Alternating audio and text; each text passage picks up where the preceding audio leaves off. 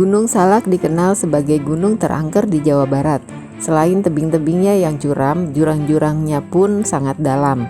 Gunung Salak banyak menyimpan misteri, bahkan sampai sekarang pun kisah tewasnya 6 orang pelajar STM Pembangunan yang hilang pada tahun 1987 masih belum diketahui dengan pasti apa penyebab kematian mereka. Begini ceritanya. Pada hari Jumat tanggal 20 Februari 1987, 6 pelajar STM Pembangunan yang diantaranya adalah Ahmad Rudiat 19 tahun, Khairudin 18 tahun, Edi Pujianto 18 tahun, Irfan Supandi 16 tahun, Mulyadi 19 tahun, Wisnu Herwanto 18 tahun melakukan pendakian ke Gunung Salak, Bogor. Awalnya mereka akan berangkat 8 orang, namun 2 rekan mereka batal berangkat karena waktu itu Yumarsanto 17 tahun bangunnya kesiangan. Tapi dia tetap pergi juga ke tempat mereka janjian ketemuan, yaitu di depan sekolah. Ternyata Yumarsanto sudah ditinggal oleh rekan-rekannya. Dan yang satu lagi adalah Boyke Zulkarnain yang memang membatalkan diri untuk berangkat ke Gunung Salak. Ide mendaki ini muncul karena secara tiba-tiba sekolah mereka kebanjiran dan kegiatan belajar diliburkan. Ditambah lagi keesokan harinya guru-guru akan mengadakan rapat. Kegiatan belajar pun diliburkan kembali. Untuk mengisi hari libur tersebut, akhirnya mereka membuat rencana akan mendaki Gunung Salak lewat jalur yang bukan jalur yang sudah ditentukan. Mereka berniat akan membuka jalan baru yang nanti akan mereka namakan jalur STM Pembangunan. Mereka membuat jalur baru yang jarang dilewati pendaki, yaitu jalur menuju Pancuran 7 atau air terjun yang dekat puncak Gunung Salak. Pada bulan Desember 1986, rekan mereka yang bernama Mulyadi pernah melakukan hal ini. Namun karena kehabisan perbekalan, Mulyadi bersama rekan-rekannya hanya mencapai pancuran ketiga. Lalu mereka tidak melanjutkan perjalanan. Tapi selama mereka melakukan penelusuran menuju pancuran ketiga, mereka mengikat tali rafia warna biru pada pohon-pohon yang mereka lalui sebagai tanda agar mereka tidak tersesat ketika turun kembali. Pihak sekolah dan orang tua mereka tidak mengetahui rencana pendakian ini. Hanya Ahmad Rudiat yang akrab disapa Adit sempat meminta izin pada ayahnya, yaitu Letnan Kolonel Sabirin. Namun Letkol Sabirin tidak mengetahui bahwa mereka akan membuka jalur baru menuju Pancoran ke-7. Kabar ini ia dapat dari rekan anaknya yang batal ikut mendaki gunung tersebut. Sepertinya yang menjadi ketua rombongan ini adalah Adit. Adit dan Mulyadi adalah anggota pencinta alam di sekolah mereka. Namun untuk rombongan ini Aditlah yang memimpin perjalanan karena memang dia yang paling berpengaruh. Demikianlah ucap teman-teman sekolahnya. Menurut Jukardi Adriana alias Bongkeng, anggota Wanadri yang menjadi on-skin commander operasi SAR di Gunung Salak ini, mereka tidak memiliki persiapan yang matang.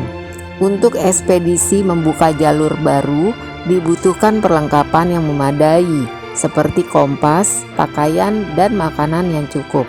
Yang paling penting adalah peta untuk menemukan rute baru, dan ini tidak mereka cukupi.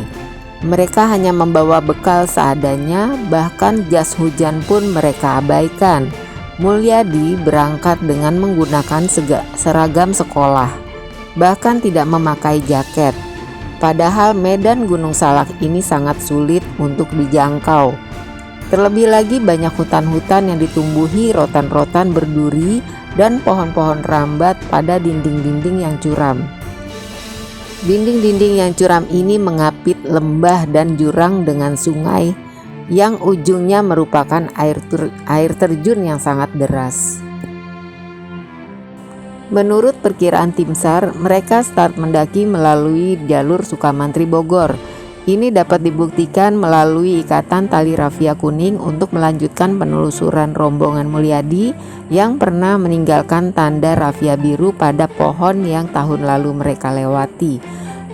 Kemungkinan besar setelah 1,5 hari pendakian dari Sukamantri, tali rafia kuning tersebut sudah habis, atau mungkin juga mereka sudah mulai tersesat, atau yang paling mengerikan mereka sudah mulai terhalusinasi akibat kelelahan, lapar, dan kedinginan. Lalu mereka turun melalui arah timur.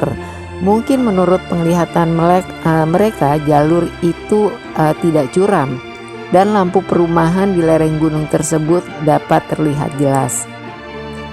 Padahal sebenarnya jalur itu adalah tebing yang terjal dan jurang yang sangat dalam. Keenam siswa ini akhirnya ditemukan, namun dalam keadaan sudah tidak bernyawa. Diduga korban Edi Pujianto terpleset jatuh di sungai dan terhempas dari punggung barat sungai Cibadak. Sementara korban Hairudin, Mulyadi, dan Wisnu dalam keadaan lelah dan kelaparan menunggu Adit dan Irfan yang mencoba mencari bantuan. Namun takdir berkata lain, mereka tidak kuasa untuk bertahan. Lalu mereka pun meninggal dalam posisi berdekatan di pinggir sungai. Adit dan Irfan berhasil mendaki tebing setinggi 150 meter dan sampai di punggung barat Cibadak. Mereka menelusuri jalur arah ke timur menuju Loji. Mungkin mereka bingung, jika melanjutkan lebih jauh ke arah timur, di sana terdapat jurang-jurang yang curam. Jika ke arah barat, terdapat tebing-tebing yang lebih curam lagi. Mereka pun putus asa karena kelelahan.